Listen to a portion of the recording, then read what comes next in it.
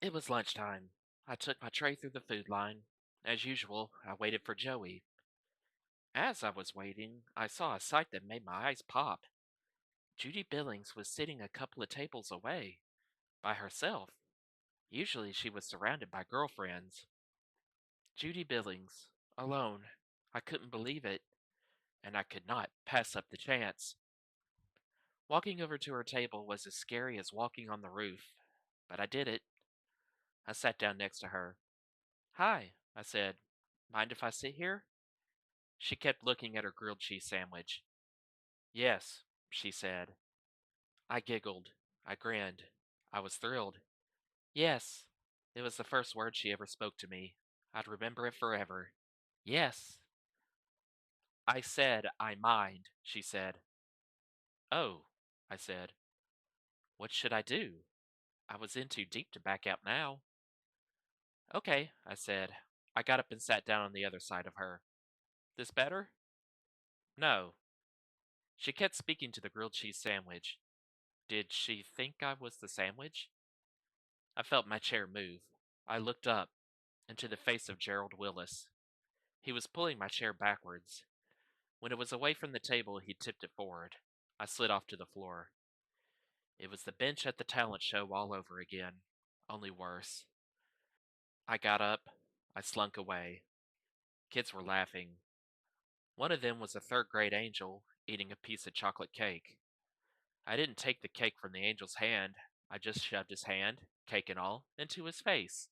Then I mashed them around. The whole joint was howling.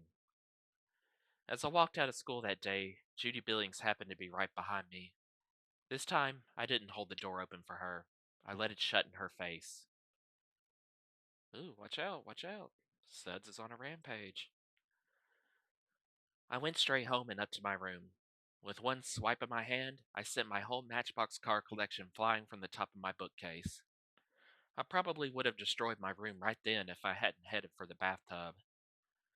No tugboat and dinosaur this time. Just me and the water. I didn't turn it off until it was up past my belly button. I sank into it as deep as I could. I wanted to pull it over me like a blanket. I wanted to forget the day.